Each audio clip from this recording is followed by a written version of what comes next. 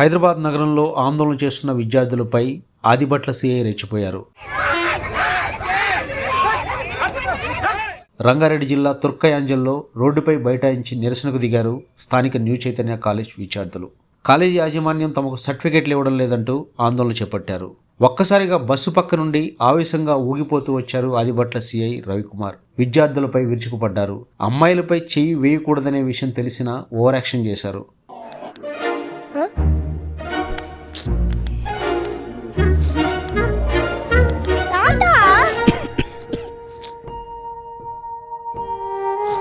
జలుబు, తలనొప్పి, నడుము నొప్పి, మోకాళ్ల నొప్పులు లాంటి లక్షణాల నుండి ఉపశమనానికి శాస్త్రిబామ్, ట్రస్టెడ్ బై మిలియన్స్ సిన్స్ 1992. ఇదిగో ఇలా విద్యార్థులను వేగంగా చేతులతో పక్కకు నెట్టిపడేశారు.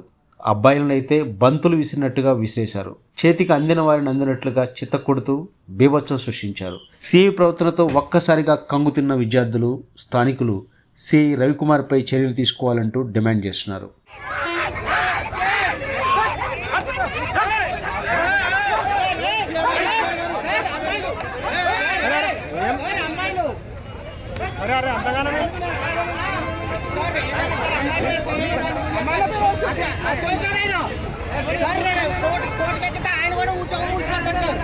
ఎందుకంటే